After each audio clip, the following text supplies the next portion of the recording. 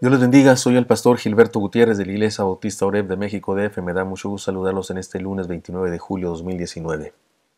Primero el Evangelio es nuestra nueva serie, basándonos en el Evangelio de Marcos, por eso le llamamos también el mensaje del primer Evangelio. Estamos en el devocional número 5, un compromiso integral. Recuerden que estamos haciendo un acróstico con la palabra Cristo y estamos en estos primeros devocionales pensando en el compromiso que significa ser discípulo de Jesús. Estamos basándonos ahora en este devocional en Marcos 1, 21 al 45. Se los leo. Entraron en Capernaum, y enseguida, entrando él en la sinagoga los sábados, enseñaba, y se asombraban de su enseñanza porque les enseñaba como quien tiene autoridad y no como los escribas. Y en ese momento un hombre con espíritu inmundo estaba en la sinagoga de ellos y exclamó diciendo: ¿Qué tienes con nosotros, Jesús de Nazaret? ¿Has venido para destruirnos? Sé quién eres, el Santo de Dios. Jesús le reprendió diciendo: Cállate y sal de él. Y el espíritu inmundo lo sacudió con violencia, clamando a gran voz, y salió de él. Todos se maravillaron, de modo que discutían entre sí, diciendo: ¿Qué es esto? Una nueva doctrina con autoridad, aun a los espíritus inmundos. Él manda y le obedecen. Y pronto se extendió su fama por todas partes en toda la región de alrededor de Galilea. Enseguida, cuando salieron de la sinagoga, fueron con Jacobo y Juan a la casa de Simón y Andrés. La suegra de Simón estaba en cama con fiebre y de inmediato le hablaron de ella. Él se acercó a ella, le tomó de la mano y la levantó, y le dejó la fiebre, y ella comenzó a servirles. Al atardecer, cuando se puso el sol, le traían todos los enfermos y los endemoniados. Toda la ciudad estaba reunida a la puerta, y él sanó a muchos que padecían de diversas enfermedades y echó fuera muchos demonios, y no permitía a los demonios hablar porque le conocían. Habiéndose levantado muy de madrugada, todavía de noche, Jesús salió y se fue a un lugar desierto y ahí oraba. Simón y sus compañeros fueron en busca de él, le encontraron y le dijeron: Todos te buscan. Él les respondió: Vamos a otra parte, a los pueblos vecinos, para que predique también ahí, porque para esto he venido. Y fue predicando en las sinagogas de ellos en toda Galilea y echando fuera demonios, y vino a él un leproso, implorándole, y de rodillas le dijo: Si quieres puedes limpiarme. Jesús, movido a compasión, extendió la mano, le tocó y dijo: Quiero, sé limpio. Y al instante desapareció la lepra de él y quedó limpio. Enseguida le despidió después de amonestarle y le dijo: Mira, no digas nada a nadie, más bien ve, muéstrate al sacerdote y ofrece lo que mandó Moisés en cuanto a tu purificación, para testimonio a ellos. Pero cuando salió, él comenzó a proclamar y aún a difundir mucho más el hecho. De modo que Jesús ya no podía entrar abiertamente en una ciudad, en ninguna, sino que se quedaba fuera en los lugares despoblados, y venían a él de todas partes. Uno de los errores más comunes de los seres humanos es creer que la fe en Cristo solo tiene que ver con la vida después de la muerte. O sea, que aquí en la tierra nos puede ir como en feria y un día estaremos bien en el cielo si creemos en Dios. Pero el Señor vino a salvarnos. Pero cuando estuvo aquí mostró interés en nuestro cuerpo, no solo en nuestra alma. Digamos que la salvación comienza desde que creemos en Cristo. Y eso tiene que ver también con nuestra estancia en la tierra. Somos salvos desde que estamos en Cristo en la tierra. Y experimentamos sus bendiciones aún estando aquí, todavía no yéndonos a la otra vida. Aunque su prioridad era morir por nosotros, también se ocupó de sanar y liberar toda clase de enfermos. Aquí lo vemos, sanando enfermos, ocupándose del aspecto físico también de algunas personas, independientemente de las distintas opiniones que tengamos respecto a lo que sucedía realmente con los endemoniados. Una cosa es cierta: el Señor tiene poder sobre cualquier cosa, espiritual, mental o física, que esclavice a los seres humanos. En Él hay liberación de todo tipo. Es interesante notar que los espíritus malignos lo conocían y le hablaban por su nombre. En aquellos tiempos el manejo de los endemoniados no era algo desconocido, pero los resultados obtenidos por el Señor eran, al juzgar por lo que dice el texto, un asunto novedoso e impactante. Los fariseos también expulsaban demonios, exorcizaban, pero llevaban a cabo rituales, usaban una raíz de un árbol, usaban tés, usaban objetos supuestamente mágicos, algunos usaban un animal, un perro, para que estuviera ahí supuestamente para trasladar el espíritu. Es decir, hacían rituales diferentes. Jesús con su palabra hacía el milagro. Así que he aquí algunas enseñanzas que debemos entender con respecto al compromiso. Con Jesús el compromiso incluye liberación. El Evangelio de Jesús es mucho más que una doctrina, se trata de el poder liberador. En aquella época también había charlatanes, brujos y espiritualistas que invocaban a los muertos y ofrecían sin éxito libertad de los demonios. Pero para ellos fue una revolución que llegara Jesús y con su sola palabra hiciera esa clase de milagros. Es interesante que se sorprendían los demonios mismos y también los religiosos de su época. Porque, insisto, Jesús actuaba de diferente manera. El pueblo mismo dijo como que tiene autoridad y no como los escribas y fariseos.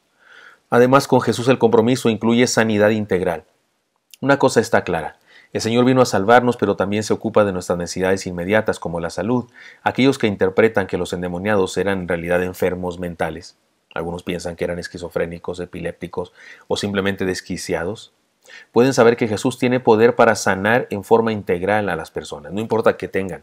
Jesús tiene poder para sanar de lo que sea. No sabemos qué tenía la suegra de Pedro, pero la sanó para servir, porque dice que después de que fue sanada se le quitó la fiebre y se lo servía. La sanidad que Dios nos prodiga tiene siempre un propósito altruista, bendecirnos.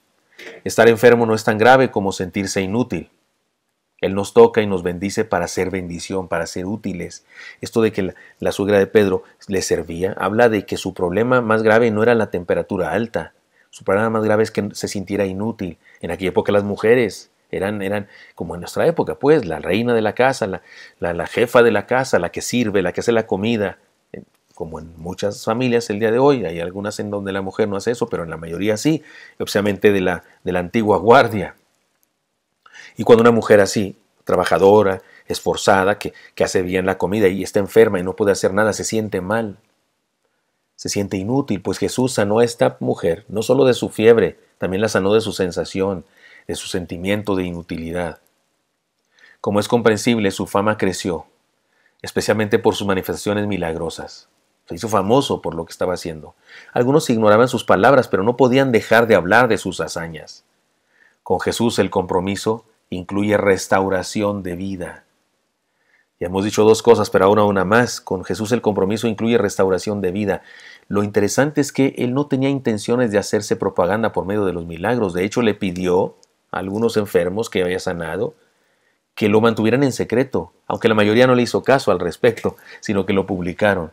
A sus discípulos les dejó clara una idea. Él había venido a predicar el evangelio de salvación. Cuando regresó le dice, Señor, está llena la casa de gente, cuando salió a orar y lo regresa, está llena la gente de casa, y él dijo, vamos a otras ciudades para anunciar el reino, que a eso he venido. Las manifestaciones milagrosas a favor de la gente eran parte de su compasión, pero su misión era salvarnos eternamente y no solo de las enfermedades temporales. Esto establece un orden de prioridades con los que él se manejaba. Quiere vernos sanos, pero quiere vernos salvos en primer lugar, y por ello estuvo dispuesto a dar su vida. La lepra era una de las enfermedades más terribles de aquella época, además de la experiencia terrible de perder la piel y los miembros del cuerpo a pedazos, se caían las orejas, los dedos, la nariz. Además de eso, estaba la dolorosa experiencia de ser discriminado y considerado muerto en vida. De hecho, había leprosarios. Todavía no hace mucho había eso. Islas enteras donde se confinaban a los leprosos porque se consideraba una enfermedad incurable. Podemos decir sin temor a equivocarnos que en esta enfermedad, como en otras, el factor social era el más terrible. Era más terrible que la enfermedad misma.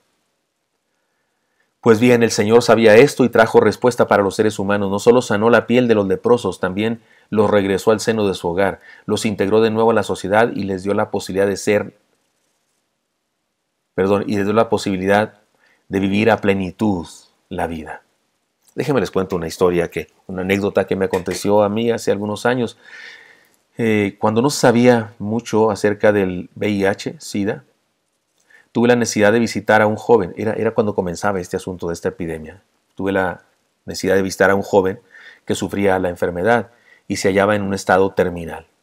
De golpe me di cuenta de la discriminación tan severa que estaba experimentando. Los médicos y enfermeras se resistían a atenderlo como a los demás enfermos. El personal de intendencia y de cocina no se atrevía a entrar a su cuarto, y para entrar a verlo había que cubrirse el cuerpo, usar guantes, una bata y cubrirse la boca también. Él estaba confundido y creía que yo era un sacerdote católico. Cuando entré a verlo, él pensaba que era un sacerdote católico. Yo me dijo padre, todo el tiempo me dijo padre. Y soy padre de unos chamacos, pero no sacerdote en el sentido de religioso católico. A pesar de mis explicaciones, insisto, él pensaba que era un sacerdote y me dijo, o dejó de creer que era un sacerdote, pero no dejó de decirme padre. pero me dijo que quería confesarse. Yo le dije, adelante, habla con Dios, no tienes que hacerlo conmigo, tienes que hacerlo con Dios directamente. Pero él insistió en que quería que yo estuviera presente ahí cuando él se confesara con Dios. Jamás he escuchado una oración tan intensa como la que escuché en aquella ocasión. No hablaba, gritaba, gemía. No puedo decir lo que dijo en su confesión, porque era algo íntimo entre él y Dios, pero dijo a Dios todo lo que había en su corazón, pidió perdón por sus pecados y manifestó un arrepentimiento profundo. Yo soy del Club de los Llorones, tengo un corazón de pollo, me emociono mucho con las caricaturas, lloro. Así es que ante este joven y su oración tan intensa, no pude permanecer de pie, caí de rodillas allí en el hospital. Las camas de los hospitales, por lo menos acá en México, son muy altas. Así que caí de rodillas y mis manos quedaron muy arriba de mí. No acá abajo donde se ponen las manos en el pecho, sino quedaron arriba. Y acepto que sin querer, confieso, sin querer puse las manos sobre sobre una de sus manos. No fue mi intención tocarlo. Yo tenía un cierto asco o cierta preocupación por lo que se decía de esa enfermedad. Sin embargo, sin querer, acepto que sin querer toqué su mano. Su cuerpo entero se estremeció de tal manera que pensé que estaba muriendo. Seguía orando y llorando. Al terminar su oración, un poco más calmado, me dijo llorando que ya no le dolía tanto. Estaba recibiendo una medicina muy fuerte para sus dolores. Me dijo que ya no le dolía tanto. Y me dijo algo que me golpeó el rostro y mi corazón. Me dijo que me daba gracias porque hacía mucho que nadie lo tocaba sin guantes de hule en las manos. Y yo no traía guantes de hule en las manos porque no me dieron guantes de hule si no me los hubiera puesto. No es que hubiera querido entrar así. No había guantes de hule para ponerse. Los médicos decían que tenía los días contados y él lo sabía. Sin embargo, después de su oración y el breve mensaje que Dios me permitió darle, porque le prediqué el Evangelio de Cristo, el Evangelio del perdón, me dijo, no tengo miedo. Sé que Dios está conmigo y pronto voy a verlo. Yo no podía contener mi emoción. Por un lado tenía tristeza de la inminente muerte que le esperaba, pero estaba seguro de que lo volvería a ver en el cielo. Y estoy seguro que lo volveré a ver. No lo toqué por voluntad propia. No fue mi intención, no soy tan espiritual y en esa época como para decir no importa si está enfermo y me contagia. En esa época que había una ignorancia bárbara sobre la enfermedad. No fue sin querer. Lo que pasó ahí fue que Dios, cuando una persona toca la puerta del cielo, Dios aparece y dice, sí, ¿quién habla? ¿Qué quieres? Y Dios habló con aquel muchacho. Y Dios quería tocarlo, Dios quería abrazarlo y manifestarle que estaba con él y que le había escuchado su oración y que lo había perdonado. Y como Dios en este momento no es encarnado, es espíritu, no tiene manos con que tocar a la gente, dijo, ¿habrá alguien a quien pueda yo usar? Y no había ningún otro insolente, no había ningún otro bruto más que yo. Y entonces usó mis manos. No fue mi intención, fue Dios, fue su intención. Me usó y tocó a aquel joven usando mis manos.